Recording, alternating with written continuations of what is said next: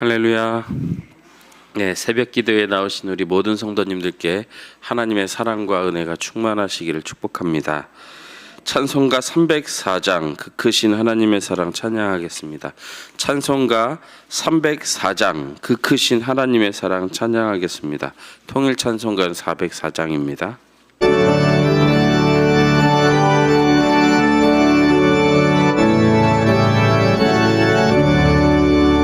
크신 하나님의 사랑 말로 다 영영 못하네. 저 높고 높은 별을 넘어 이 낮고 낮은 땅 위에 죄범한 영혼 구하려 그 아들 보내사 화목제물 삼으시고 죄 용서하셨네. 하나님 크신 사랑은 증량다 못하네. 영원히 변치 않는 사랑 성도여 찬양하세.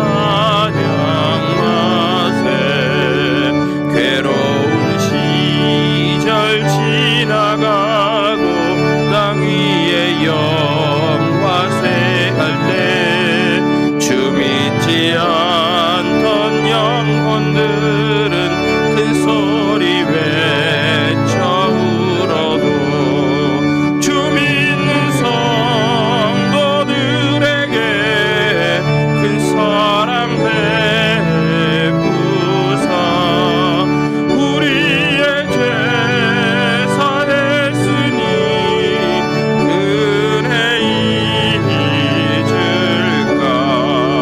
하나님 크신 사랑은 증량다 못하네. 영원히 변치 않는 사랑 성도여 찬양하세.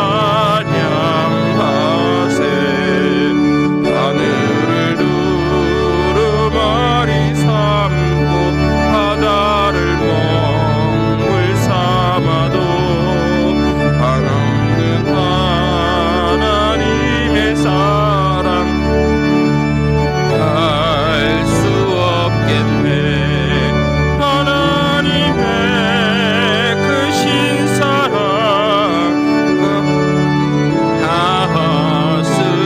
닿았을까. 저 하늘 높이 쌓아도 채우지 못하리. 하나님 크신 사랑은 증량다 못하네. 영원히 변치 않는 사랑 성도여 찬. 하나님 크신 사랑은 하나님 크신 사랑은 증량다 못하네. 영원히 변치 않는 사랑 성도여 찬양하세.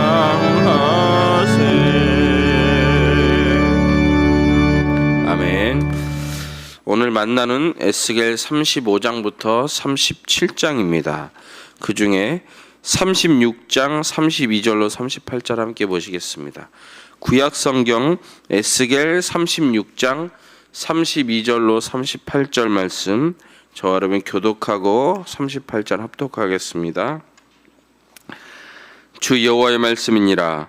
내가 이렇게 행함은 너희를 위함이 아닌 줄을 너희가 알리라. 이스라엘 족속아 너희의 행위로 말미암아 부끄러워하고 한탄할지어다. 주 여호와께서 이같이 말씀하셨느니라. 내가 너희를 모든 죄악에서 정결하게 하는 날에 성읍들에 사람이 거주하게 하며 황폐한 것이 건축되게 할 것인즉 전에는 지나가는 자의 눈에 황폐하게 보이던 그 황폐한 땅이 장차 경작이 될지라. 사람이 이르기를 이 땅이 황폐하였더니 이제는 에덴 동산같이 되었고 황량하고 적막하고 무너진 성읍들 성벽과 주민이 있다 하리니 너희 사방에 남은 이방 사람이다. 여호와가 무너진 곳을 건축하며 황폐한 자리에 심은 줄을 알리라. 나 여호와가 말하였으니 이루리라. 주 여호와께서 이같이 말씀하셨느니라. 그래도 이스라엘 족속이 이같이 자기들에게 이루어 주기를 내게 구하여야 할지라. 내가 그들의 수요를 양떼같이 많아지게 하되 제사 드릴 양떼 곧 예루살렘이 정한 절기의 양무리같이 황폐한 성읍을 사람이 채우리라. 그리한즉 그들이 나를 여호와인 줄을 알리라 하셨느니라. 아멘. 절망과 희망의 본 모습이라는 제목으로 말씀의 은혜를 나누겠습니다. 이스라엘은 이름만 성도, 무늬만 성도가 되었습니다. 구별된 백성이지만 그에 합당한 삶이나 또 예배가 있지 않기 때문입니다. 36장 20절에 이렇게 말합니다. 그들이 이른 바 그 여러 나라에서 내 거룩한 이름이 그들로 말미암아 더러워졌나니 곧 사람들이 그들을 가리켜 이르기를 이들은 여호와의 백성이라도 여호와의 땅에서 떠난 자라 하였습니다. 이스라엘 백성으로 말미암아 하나님의 거룩한 이름이 더럽혀졌습니다. 그리고 사람들이 말합니다. 여호와의 백성이지만 여호와의 땅에서 또 쫓겨났다라고 칭함다. 사람들이 일컫는다고 합니다. 하나님의 이름이 모욕을 당했기 때문입니다. 그러나 이제 회복의 시기를 하나님께서 말씀하고 있습니다. 8절부터 이제 그러나로 시작돼서 계속 회복의 역사를 이루게 하시는데요. 11절에 보시겠습니다. 11절 시작.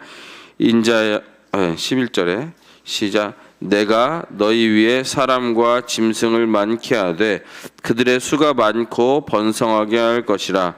너희 전 지위대로 사람이 거주하게 하여 너희를 처음보다 낮게 대우하리니 내가 여호와인 줄을 너희가 알리라. 아멘. 처음보다 낮게 한다. 이거는 회복이라는 뜻이거든요. 성경이 말하는 회복은 좋았을 때보다 더 좋아지는 것, 내 전성기보다 더 좋아지는 것, 이것을 회복이라고 말해요. 처음보다 낫게 하리라. 내가 회복 주리라 라는 뜻이에요. 그 회복의 내용은 모든 것이 풍성해지는 것입니다. 그리고 15절을 보면 다시는 이와 같은 수치를 당하지 아니하리라. 다시는 이방 민족으로 말미암아 멸망당하지 아니하리라 라고 말씀하십니다. 그 회복의 양상은 이렇습니다. 26절을 보면 새 영을 주십니다. 새 영은 이 성령께서 이제 이스라엘 백성 모든 사람들을 온전히 주장해서 의에 대하여 살고 죄에 대하여 죽은 사람으로, 그러니까 이제는 생각하고 추구하고 결정하는 것이 하나님 마음에 합당한 자로 살아낼 수 있도록 성령께서, 새 영이 이제 이스라엘을 주장한다는 뜻입니다. 성결케 하신다는 겁니다. 그리고 29절에 보면 곡식과 소산을 풍성하게 하십니다. 31절에 보면 죄악의 길에서 떠나게 하십니다. 이 죄지은 모습을 스스로가 미워하게 하고 옛날에 그 넘어지고 또 실족했던 것, 범죄했던 것들을 이제는 견딜 수 없이 그것을 나에게서 용납하지 못하는 그런 한 사람 한 사람으로 만들어 준다는 것입니다. 그래서 황폐하였던 곳이 에덴 동산같이 된다라고 말합니다. 자, 황폐한 곳이 경작지가 되고 황폐했던 곳이 에덴 동산같이 된다라고 말하고 있습니다. 그것이 34절, 35절입니다. 이렇게 부족하고 연약한 자들에게 주님께서 일방적으로 이렇게 말씀하십니다. 내가 너희를 회복시키리라. 이 이스라엘 백성들이 하나님께 해드린 게 아무것도 없어요. 그런데 하나님은 일방적으로 선언하십니다. 내가 너희를 풍성하게 하리라. 이제 이와 같은 수치를 당하지 않게 하리라. 황폐하였던 이 땅을 에덴 동산같이 만들어 주겠다. 너희들이 이제 죄에 대해서 민감해서 하나님의 영광을 위해서 살아가는 자로 만들겠다라고 하나님 일방적으로 선포하시고 약속해 주십니다. 그 원인은 무엇입니까? 그 원인은 21절, 22절, 23절에 반복적으로 나오는 표현이 있습니다. 나의 거룩한 이름을 위하여. 21절에도 더럽힌 내 거룩한 이름을 내가 아꼈노라. 22절에 보면 더럽힌 나의 거룩한 이름을 위함이라. 23절에 보면 더럽힌 나의 큰 이름을 내가 거룩하게 할지라. 너희들이 더럽힌 내 이름을 내가 거룩하게 존귀하게 크게 다시 만들리라. 근데 그 방법은 무엇입니까? 하늘에 나는 거룩하다 이렇게 쓰실 거예요, 하나님이? 하나님이 택한 백성을 회복시킴으로 하나님의 이름을 더럽혀졌던 하나님의 이름을 다시 영광스럽게 한다는 것입니다. 여러분이 이렇게 나는 하나님의 명함이다 이렇게 생각하셔도 됩니다. 하나님께서 나를 이 세상에 보내시고 하나님을 알지 못하는 그 세상 가운데 나를 보내신 이유는 하나님의 그 거룩한 이름을 드러내고 높임받게 하고자 합니다라고 생각하시면 오늘 하루의 삶의 방향과 또 내 삶의 모습을 정할 수 있습니다. 근데 이렇게 하나님께서 아무것도 아니고 아무것도 한 것 없는 이스라엘 백성에게 일방적으로 회복과 영광을 선포하시고 약속하시는데 거기에서 정신 바짝 차리고 읽어야 될 한 구절이 있습니다. 36절 보실까요? 36절. 37절. 37절 시작. 주 여호와께서 이같이 말씀하셨느니라. 그래도 이스라엘 족속이 이같이 자기들에게 이루어 주기를 내게 구하여야 할지라. 내가 그들의 수요를 양떼같이 많아지게 하되. 하나님 말씀하십니다. 내가 말하면 다 이루어진다. 이것이 36절 마지막에 있어요. 나 여호와가 말하였으니 이루리라. 하나님 말씀하셨잖아요. 회복을 주리라 약속하시고 선포하셨습니다. 그럼 그대로 된 거예요. 빛이 있으라면 빛이 있었고 하나님 말씀하신 대로 다 됐는데 근데 37절에 그래도 너희들은 나에게 간구해야 된다. 약간 말이 안 맞는 것 같아요. 모순처럼 느낍니다. 하나님 그냥 말씀하셔서 하면 되지 왜? 그래도 나에게 간구하라 이렇게 말씀하십니까? 이 33절부터 36절은 땅의 회복을 말하고 37절, 38절은 사람의 회복을 말하는데요. 땅의 회복은 하나님께서 말씀하시면 그냥 되는 거예요. 근데 37절, 38절은 이 사람의 회복을 말씀하실 때 그래도 너희들은 나에게 간구하라. 이건 뭐냐 하면 이 회복 자체, 영광 자체가 이 사람들의 목적이나 아니면 이 사람들 고치고 치유하는 것이 하나님의 근본적인 목적이 아니고 내 백성이 나를 우러르고 나에게 간구하고 이 회복을 주는 나를 경외하게 하겠다 하는 뜻이에요. 하나님이 당연히 주지만 그것을 하나님이 주신 것에 포커스를 맞추는 것이 아니라 주시는 그 하나님께 우리의 시선과 모든 관심과 또 소망을 두게 하고자 그래도 너희들은 나에게 간구해라. 기도 안 해도 줄 거지만 간구해라 라고 말씀하고 계신 것입니다. 하나님을 의지하도록. 왜냐하면 이때도 유다 사람들은 계속 이런 생각했어요. 애굽의 도움을 받을까? 애굽에 전령을 보내서 무너진 우리나라를 좀 도와주라고 바벨론 좀 견제해달라고 부탁할까? 아니면 이 다른 정치적인 세력을 이용해서 바벨론이 무너지게 할까? 이 생각으로 가득 차 있었던 거예요. 하나님을 바라지 않고.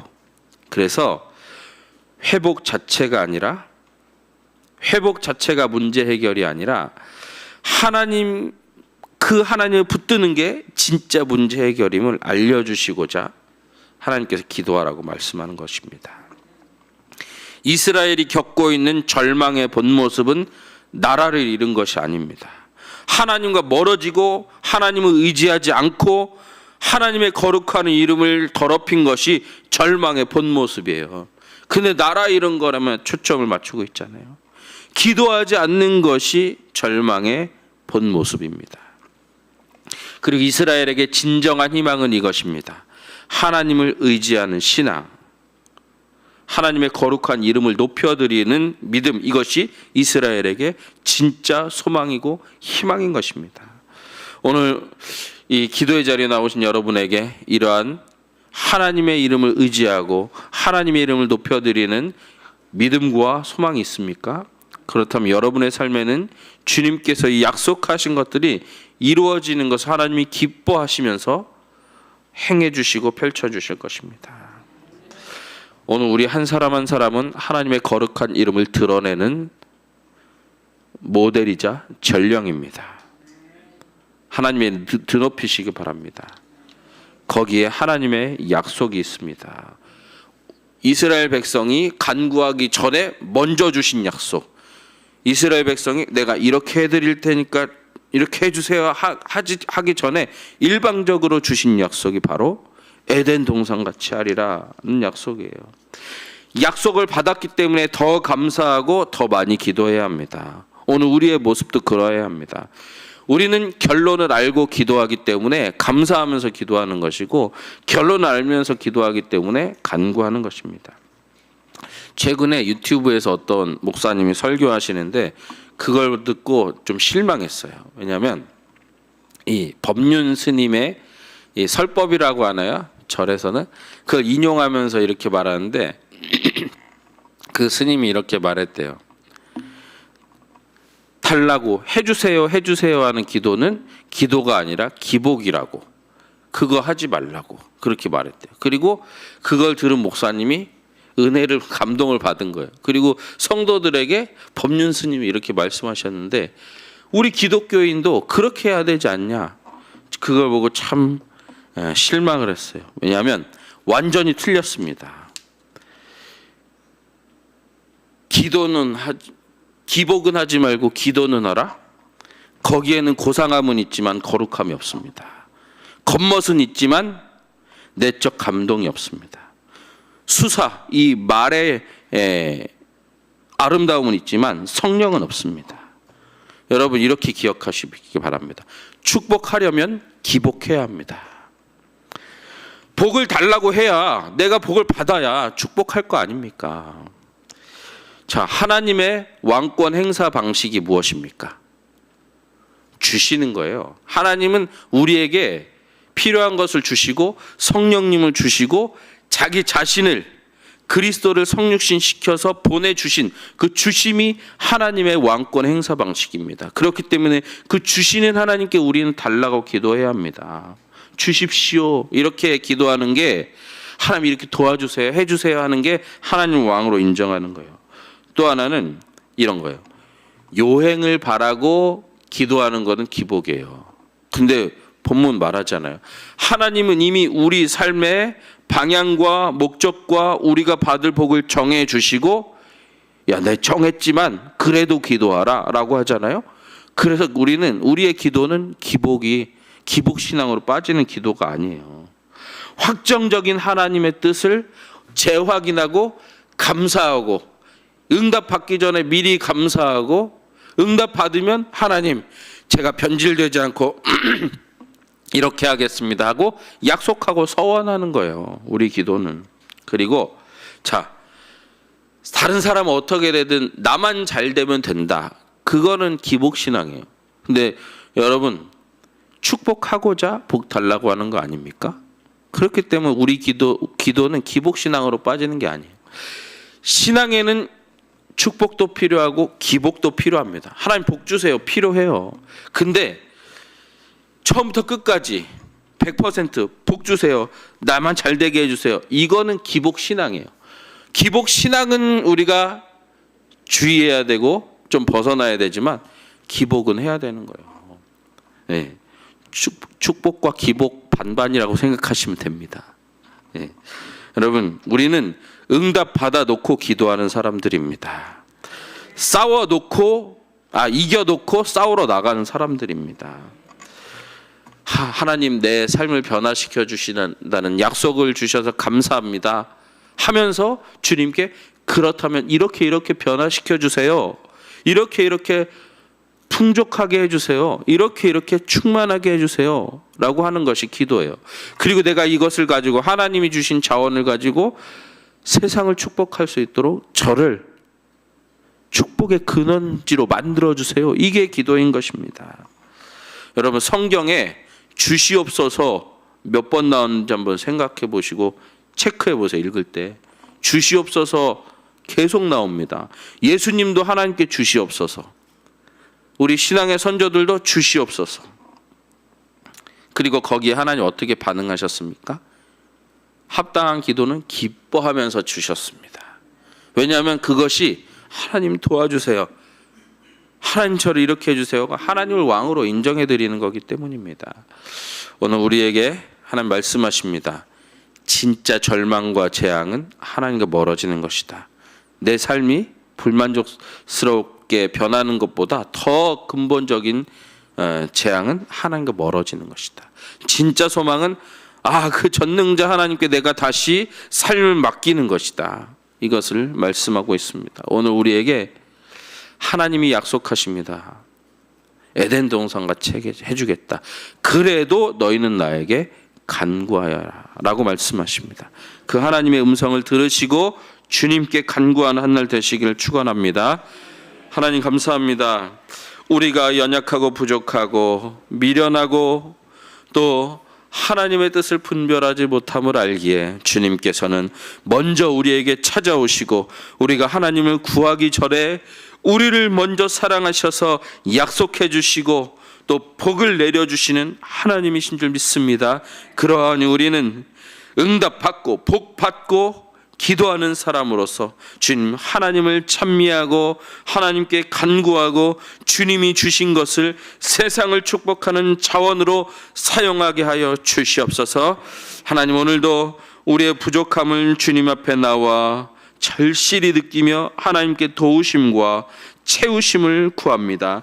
하나님 인도하시고 부어주시고 충만케 하시고 또 잘되게 하여 주시옵소서. 예수님의 이름으로 기도합니다.